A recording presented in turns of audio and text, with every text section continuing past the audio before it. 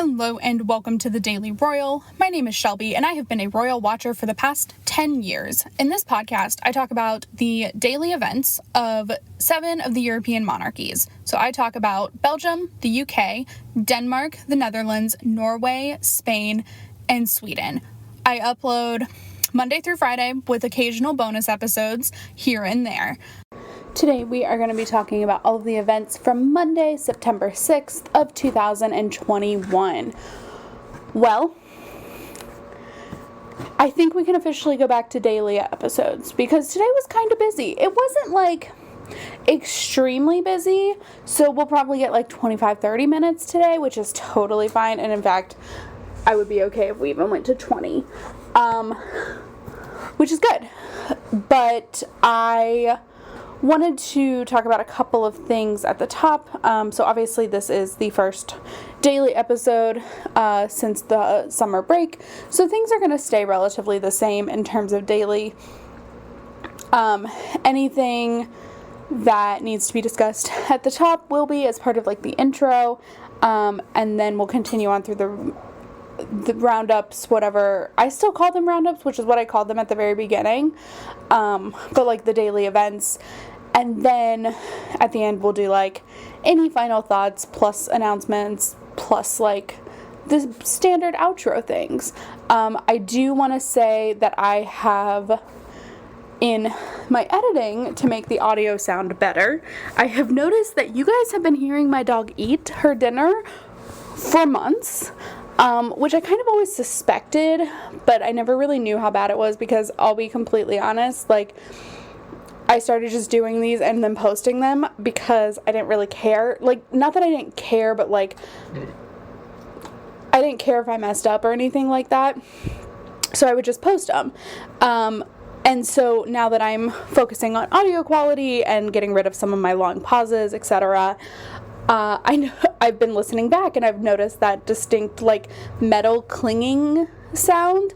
That is my dog eating dinner. So I always feed her around recording time because otherwise she would bark and be really whiny the whole time. It's a jealousy thing. She gets jealous when I talk on the phone, when I talk to the computer, anything like that. She just gets jealous. So I feed her at this time. And so she is eating dinner right now, but I have found a different solution that is hopefully quieter. So we're going to try that. I'll listen back, see how it sounds, and go from there. I do also still want to apologize if I sound a little stuffy still. I noticed I definitely did yesterday. I am still a little bit sick, much less sick than I was over the weekend, thank goodness. But just still a little congested, so I sound a little funny on the podcast. So those are like the updates. And then we are going to jump right in. We're going to start with Denmark. Belgium is returning to work tomorrow after their little hiatus due to a COVID situation in the family. And in the UK, okay, here's the thing. I don't really feel like I'm ready to talk about this, but I want to briefly address the thing that is going on within the Prince's Foundation for the Prince of Wales.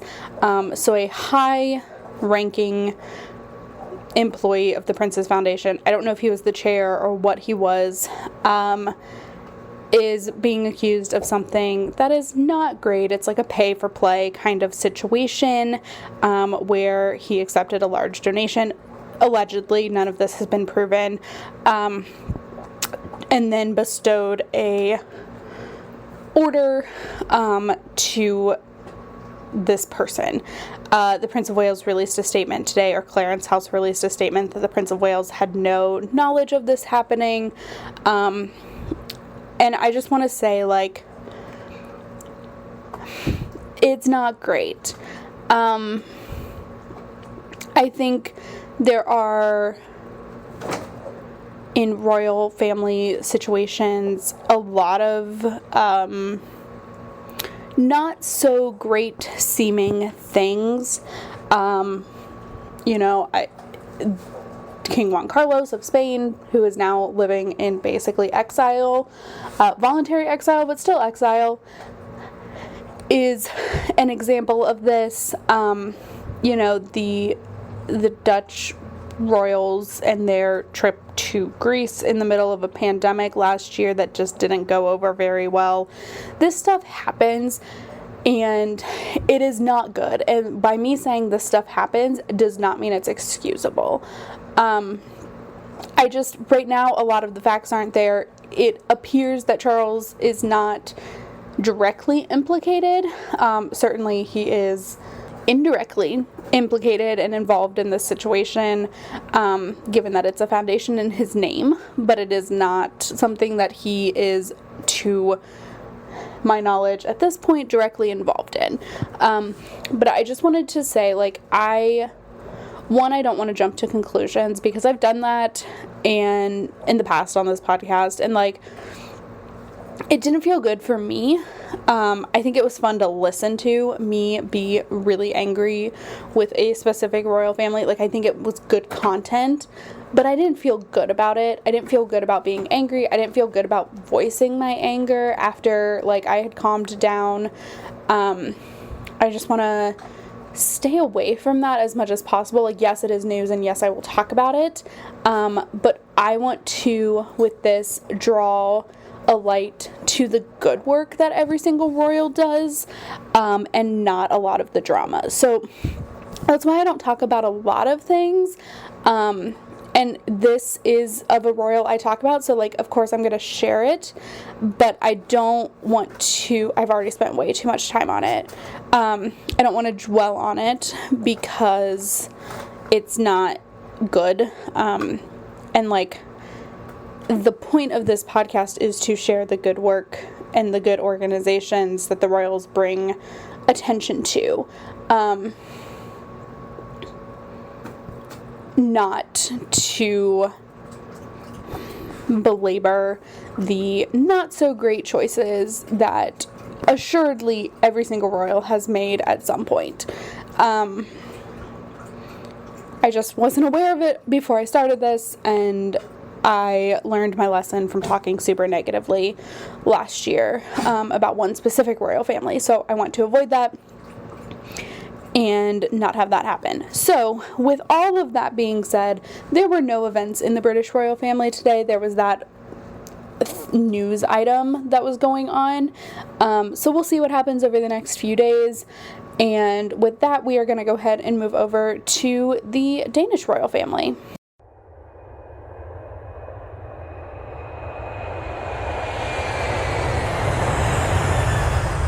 Denmark.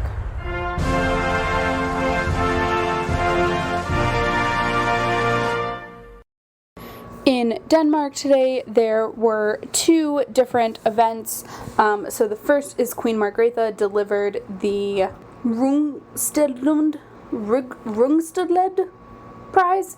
I don't know how to say that. That is a prize focused on sharing the message of Karen Blixen, or have excelled in a field that Karen Blixen was interested in. This is a really interesting thing that I went into a lot of detail on last year.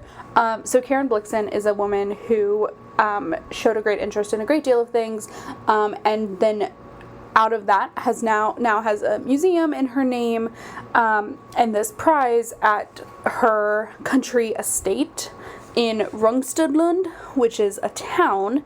And so this year the award was given to a chef whose name is Klaus Meyer, who focused on better food quality, creating better foods in the world. So that is what Queen Margrethe was up to today. And then Crown Prince Frederik today opened a new, this was a confusing one, offshore wind farm. However, it's not offshore. It's in a shallow part of the Baltic Sea, known as Kriegers Flak, I believe. That is a super shallow part of the Baltic Sea that borders I think, Sweden, Denmark, and Germany. And so this area has been set aside to use for all of those countries as a place to source wind energy, which is kind of cool. And so Denmark had their wind farm open today that is going to go to, I believe, 600,000 Danes. Like, it's going to support that amount of homes, increasing Denmark's wind energy efficiency by 16%, which is huge. So that is really awesome. It was really interesting. Like, this is what I love about doing this every day, is learning these kind of obscure facts about the world, like what this shallow part of the Baltic Sea is called, and like learning that it's dedicated to wind energy for 3 countries. Like, it's just very cool. It's a cool part of this daily adventure that I go on. And you can definitely tell, like, the things I find cool and the things I'm like, yeah, okay. Because I do more research on the things that I'm like, what is going on here? Like, I just thought this one was really interesting. I love this idea of, like, I love sustainable energy. Like, obviously, if you don't, I'm sorry, like, you're wrong. It's very cool. And so this was just like a little cool something. So that was really fun. So that is what was going on in Denmark today. They do seem to have a pretty busy week ahead, which is great. It'll give content every day, and I love that. Love that for me. So with that, we are going to go ahead and move on now to the Dutch royal family.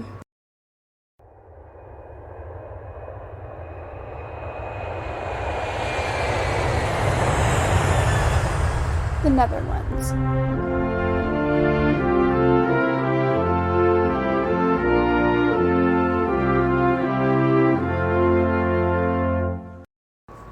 In the Netherlands, there was one event today, something that I have noticed, and I don't know if this is just like while the Dutch kind of still return from holiday, the Dutch royal family, in terms of sending out pictures and like, well, primarily pictures, are not doing great.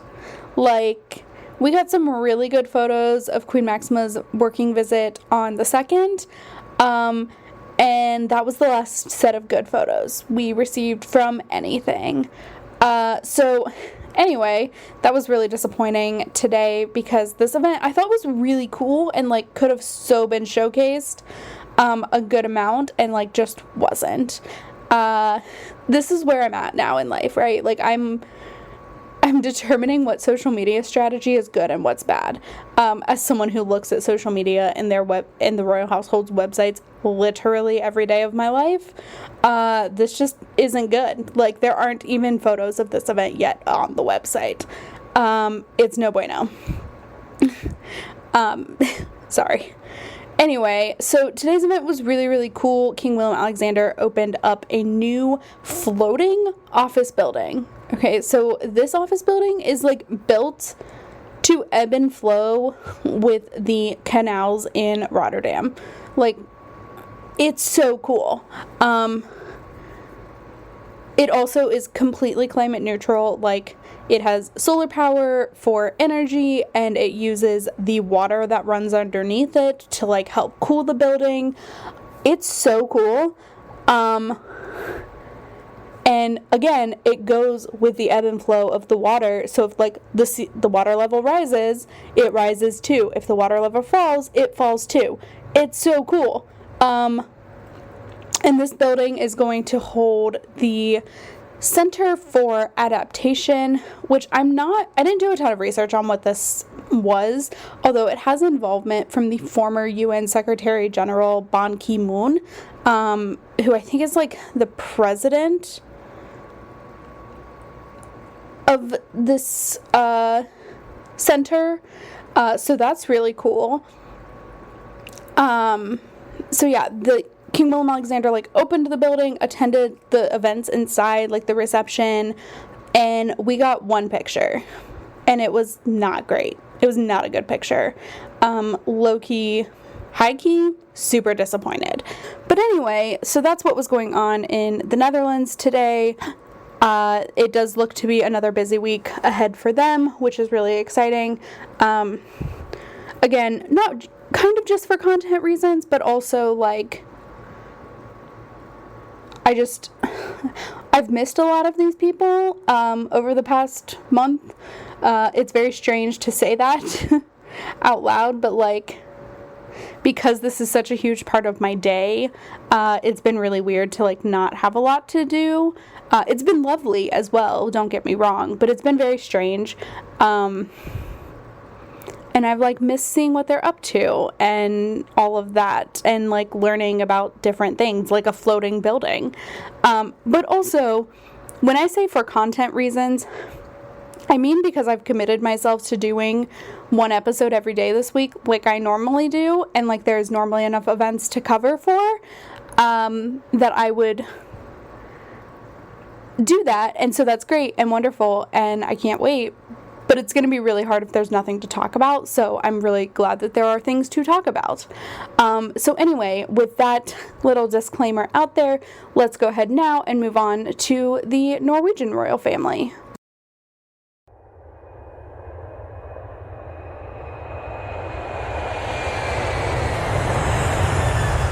Norway.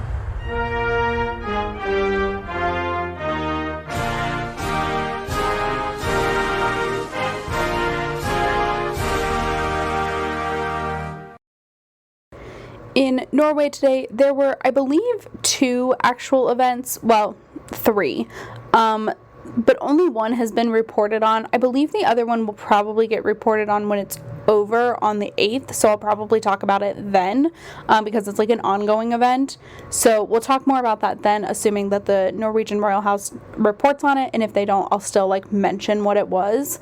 And then this morning, King Harald had a audience with the chief, I think, of the Navy, and then in the afternoon, he visited a like youth football club, and football in this context is soccer, just throwing that out there for any Americans, because Norway is in Europe, it is football there. So King Harald visited the Vålerenga Sports Center, which, like I mentioned, is specifically focused on youth football, but they also have a community involvement element to their organization as well. They have a really cool program that they will help provide opportunity to young people who have dropped out of their education or their training due to whatever reason, and are now kind of, down on their luck. And so the center created an opportunity for them to kind of like, I don't really want to use the word rehabilitate, but to start turning their life on a super positive track, to work and things along those lines. So it's really cool. They also do a ton of other like community involvement, philanthropic work as well as just in general providing a space for young people to be involved in sport, which is something that is really important. I mean, not necessarily sport specifically, but like some sort of extracurricular involvement is really good just in terms of like youth development and security in terms of like who they are, etc. And sport is a great way to do that. It doesn't have to be sport. For me it was music, but that didn't come until I was in like middle school, and so before that I was in sports. I did not do great in soccer. I'm just going to throw that out there in the world. Did not do great. But it was fine. And so it's just a really cool space for young people to grow and develop and also, compete and learn the art of competitiveness and also teamwork, all of that. So a really cool thing. They did at the end of the event present King Harald with a jersey. And I'm not sure why, other than I think this was just like really super exciting because King Harald specifically hasn't had a fun event like this in almost 2 years. Because just 2020 was generally terrible.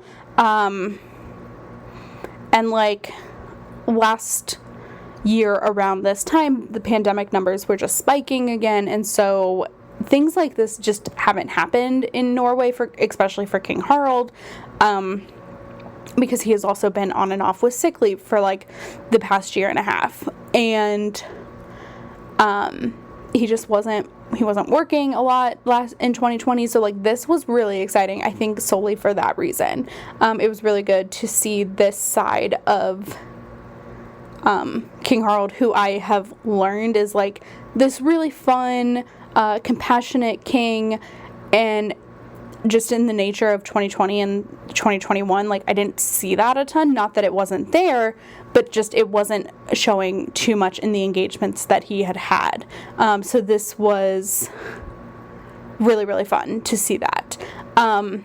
So that is the update for the Norwegian royal family. So now we are going to move over to the Spanish royal family.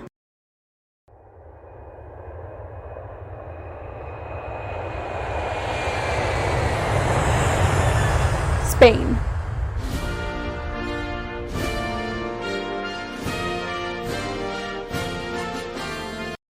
In Spain, there were 2 events today. The first one, King Felipe attended the opening of the 2021-2022 judicial year.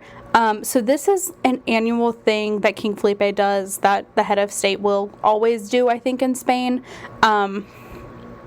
And it basically is concluding the 2020-2021 like fiscal year, which ends in presumably August. I'm not entirely sure. Like at the beginning of August, and then because Spain basically takes all of August off, it then picks back up in September.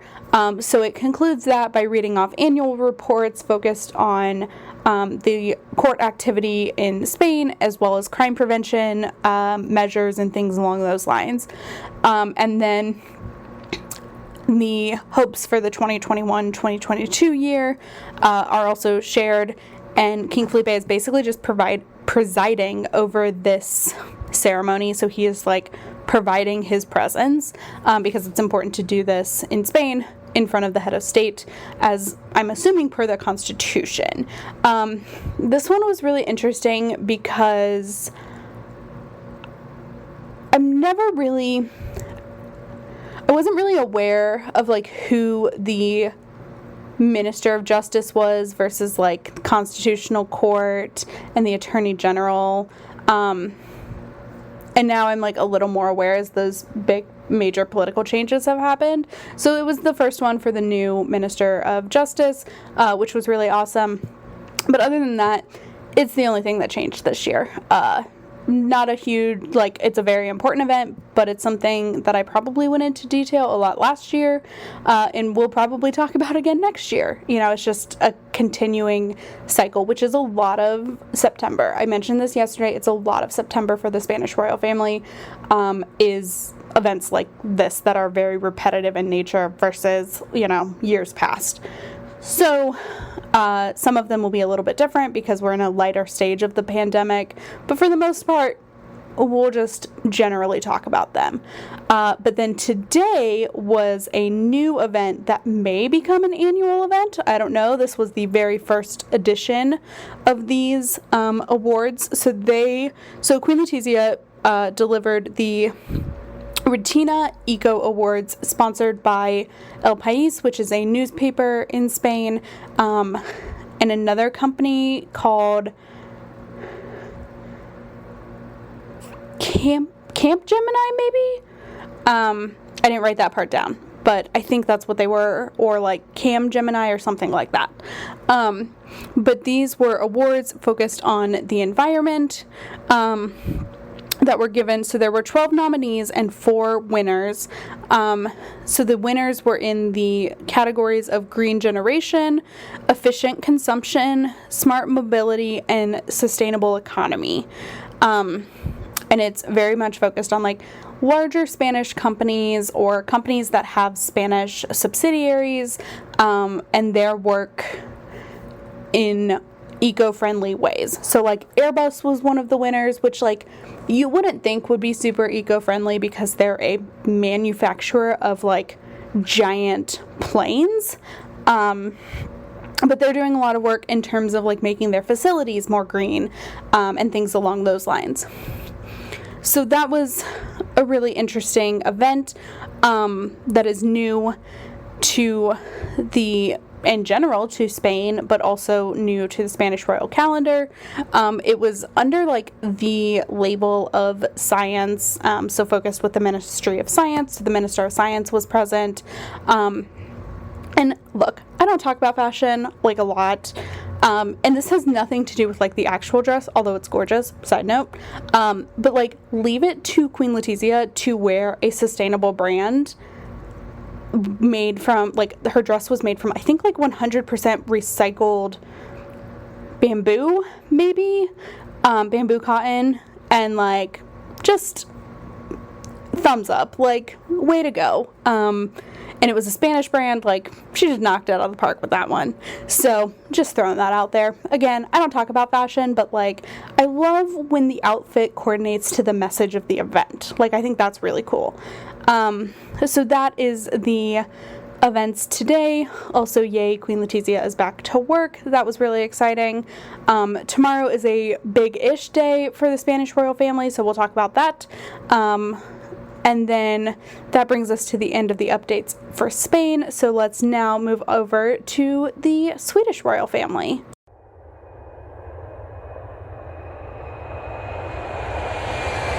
Sweden.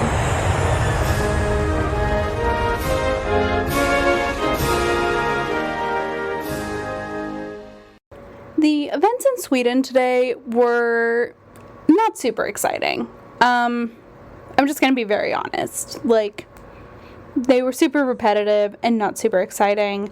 But we'll talk about them, of course, because it doesn't always matter if I'm interested in the events. One of you may be and want to do your own research, etc. So we'll just run through these. There isn't a ton of information on them just because of the nature of these events. So like the first one, King Carl Gustaf held a farewell audience for the ambassador from Zimbabwe. I'm not sure when Sweden started like actually reporting and taking pictures of these events. I can't remember a time before recently that they started doing this. Maybe this is like normal protocol in a time that isn't pandemic, but I don't remember that short span of time from like January when I started. It was 2 months. It was January when I started, January like 8th or something, and then March 11th when everything kind of like shut down in Europe. So I don't remember them doing that in that 2 month span, but also like my research ways were not managed yet. That really came because of COVID. So shout out to COVID for the one good thing it provided in that situation. But anyway, he met with the former ambassador, or like outgoing ambassador from Zimbabwe, and then Prince Daniel had the remaining 2 events of the day. So first he delivered the Prince Daniel Grant for the Heart and Lung Foundation, which is a grant given to young researchers with obviously promising research in the area of heart and lung diseases. So he delivered those today. This is another annual event that happens in around this time. I remember like when I saw even the picture of the check, I was like, oh yeah, he did this last year. It's a really important thing, and I just appreciate it. And then he also took part in a meeting with the fellowship that is in his name. So that was like a steering group meeting with no details really released on it, just that it happened. So those are the events that happened in Sweden today. Wow, we made it at about 30 minutes. Yay, I think. I don't know, that felt really long for what it actually ended up being. I guess I had a lot to say. So with that, I'm going to end this episode. Please make sure to check out thedailyroyal.com, The Daily Royal on Instagram, like and review this podcast, and I will talk to you all tomorrow. Have a wonderful Tuesday. Bye.